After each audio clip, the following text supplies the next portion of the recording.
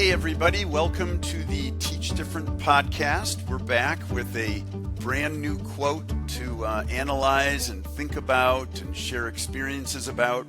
We have Jane Addams from Hull House, famous American history progressive from the early 20th century, with a really interesting quote about struggles and life and what's the meaning behind struggle and hardship. And we'll get to that in a moment, but we'd like to just give a little bit of the sense for what this experience is going to be about. We're going to share this quote, as everybody knows. We don't have a guest tonight, but Steve and I are going to go with this back and forth because we wanted to get this to you as soon as we could. We found this actually from someone who's using the method in class. And the second I saw this quote, I said, oh my gosh, we have to talk about this.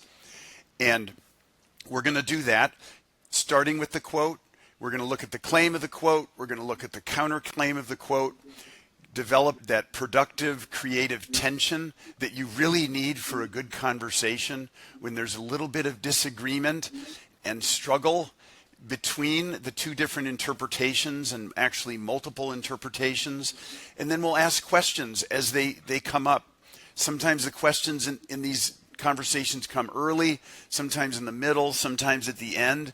But the idea behind the questions, and we get this question a lot, is that it really makes you think and sit with it. You don't have to answer it necessarily. But just the fact that you're asking it means that these conversations we're having are leaving something with you, wonderment about the world. And that's a great thing. You don't have to have closure on everything. All right, here we go. Jane Addams. I'm going to say the quote twice, and then Steve's going to start in on the claim. You do not know what life means when all the difficulties are removed. You do not know what life means when all the difficulties are removed. And there's an exclamation mark at the end of it. So she was excited when she said this. All right, what do you think? What's your take on this initial take, Steve? Obviously, that life is hard, and the meaning of life is the difficulties. If life were easy, we wouldn't be everything that we could become. Because we have difficulties, we get to the real essence of what it means to be alive and what has meaning in our life. So this is obviously, I try not to read in to the author of a quote, but my first guess would be this author had a difficult life and is looking for some kind of reason to keep going on and some justification for not wanting to think that they were unlucky, but wanting to think that they were actually lucky. Because they had to go through struggle, they now are closer to the truest kind of experience you could have about life because they got through difficulties. So that's what I'm looking at here. And knowing what I know about Jane Addams, this makes sense. She was dealing with the poor and some people that were struggling quite a bit in their life, and got a chance to witness firsthand when you provide someone a little bit of support and a belief system and the necessities of life, you actually can transform people. So that's where I am with it. Yeah, I agree. I mean, I think you can read this just putting it in historical context, which sometimes we do with these quotes. You don't have to necessarily discuss the author, but I think this one is an example of one where Jane Addams, she worked with the poor, the immigrant population, the victims of industrialization, and the people who benefited from industrialization, who were trying to make a better life for themselves. And she probably, obviously went through a lot of struggle in creating Hull House in Chicago to serve this population. But then maybe she's also speaking to those immigrants as well, that it is struggle, but it's worth it in the end. So I agree. I think the claim is, yeah. That's all. Sorry, that's already ironic about the quote. She devoted her life to removing difficulties for people. She was trying to help people. And that's what progressives do. That's what people do for other people. What are we trying to do? We're trying to remove obstacles for other people. Think of a parent-child relationship. A parent wants to make a child's life easier than they had it, because that's what they want to do. They want to help people. It's a natural kind of sentiment to want to help people. But if we took this quote really literally, maybe you would give some different advice to, say, a parent and say, you know what, you got to let your kid go through stuff, because if they don't make their mistakes and they don't suffer a little bit because of their own choices, guess what? They're not going to be experiencing life to its fullest. Stop trying to make it easy for them. Yeah, let the struggle happen. The struggle has to happen. The overcoming of the struggle puts you in a position of joy and happiness and contentment. But the meaning is in the struggle, I think, is what she's saying. You do not know what life means when all the difficulties are removed. So if you take away the struggle and all you have is joy without any conflict, then the meaning is gone, which is an interesting perspective on meaning through suffering, which a lot of our quotes actually have this theme in one way or another in our library. And so I like the fact that it's revisited. I want to jump into a counterclaim. Go for it. We can. This is a natural counterclaim. My counterclaim to this is that what is wrong with happiness and joy? The happiness and joy is where the meaning in life is, I think, is the clear counterclaim here. You don't have to have struggle in order to have meaning for your life. You can be happy and content. I'm thinking of like an artist. Think of an artist who's sitting down and building a painting and is enjoying the experience of putting, just painting something, creating something. I guess there's struggle in that, but it's also a happiness and an expression that gives life meaning. That's one example. I don't know if that's a good one. Well, think of peace. Seeking peace. Not world peace.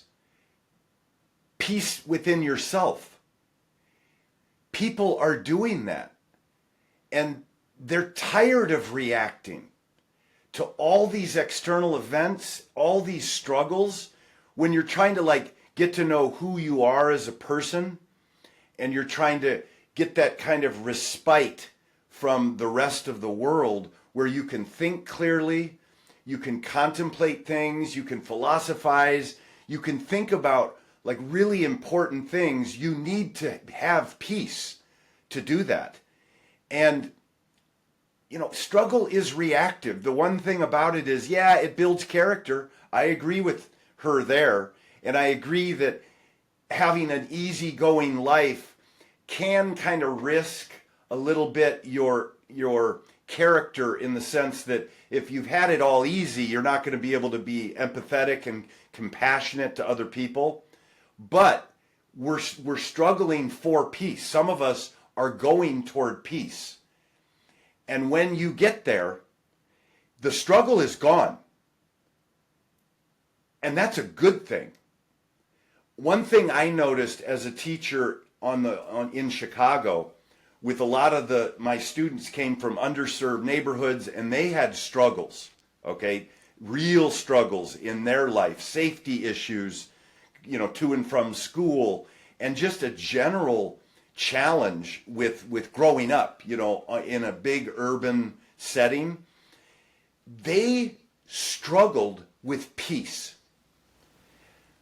I don't think they wanted peace. Well, maybe they wanted peace, but when it came, guess what happens when you're sitting there in silence and nothing is challenging you, your mind gets back into this routine of, wait a minute, I'm needing to fight something.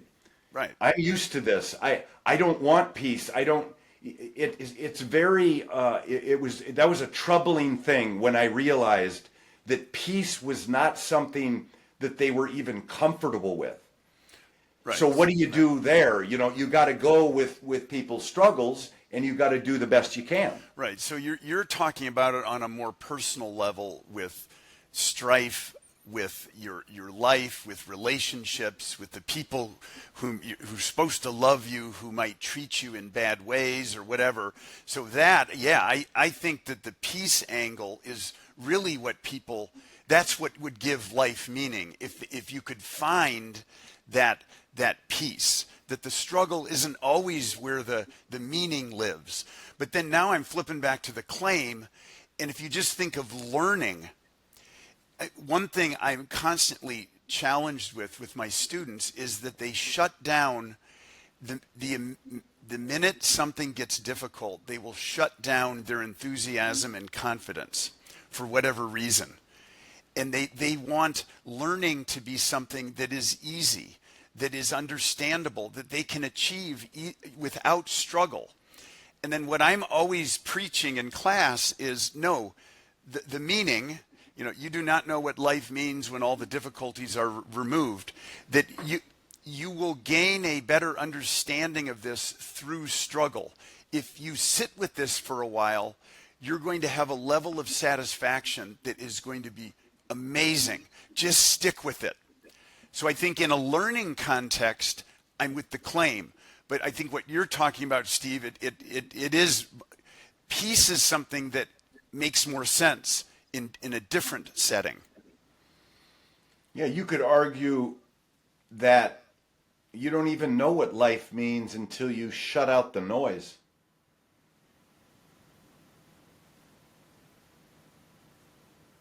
Meditating. Right. Why do people meditate?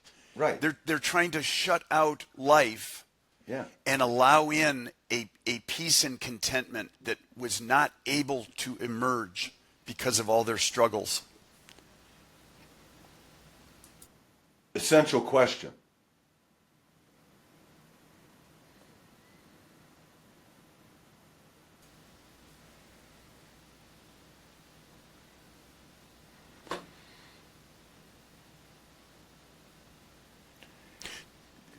To find meaning in my life, when should I pursue peace and when should I pursue struggle?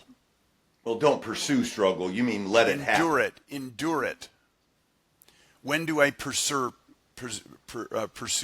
peace, and when should I endure struggle? If I want meaning.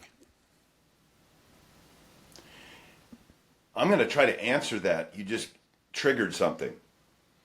You know how when you're in a conflict with someone you know, and you want to have that conversation with them, that difficult conversation, but you don't want to confront them, you don't want to stir the pot, what ends up happening with the problem? It gets worse. It gets pushed,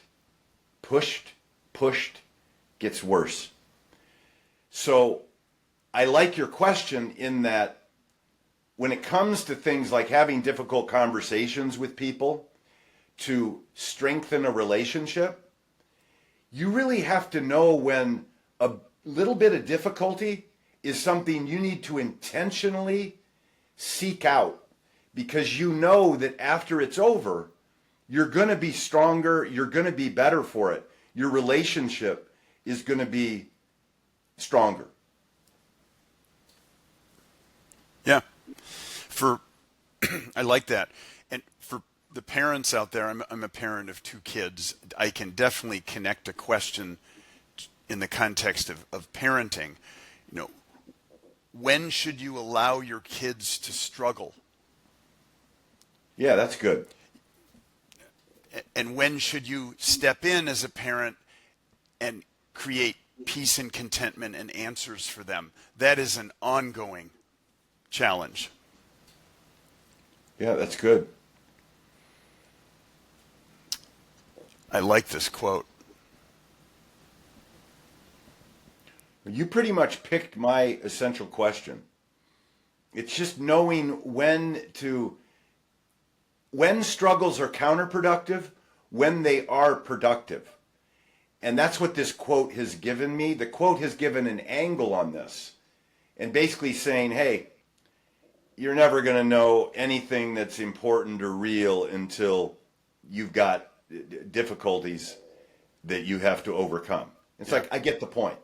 But don't give up. Don't make a virtue out of a necessity. If you're familiar with that phrase, if you can find peace and that's what you need to go for it and get rid of difficulties. Right. Because happiness lives at the other end of peace as much as happiness lives at the other end of enduring difficulty and suffering. Right. You know, if we're after happiness, there's a lot of different roads to get there. Yeah. Okay. Claim, counterclaim. This is a clear one. Oh my gosh. Students of any age could understand this one, I think, and really find personal experiences. That's the key in these conversations, that when you have individuals sharing personal experiences, it just gives so much rich meaning to these. And yeah, really, really good. Any other closing thoughts, quote. Steve? No. Good? Good quote. All right. Well, thanks, everybody. It was great to put this out there, and hopefully, you hear this conversation and you relate it to you, and you think about the people you talk with. If you are a parent, imagine having this conversation with your son or daughter. If you're a teacher, your students, or in any setting, this can just enrich our lives to talk about these big ideas. So until the next Teach Different podcast, everybody take care.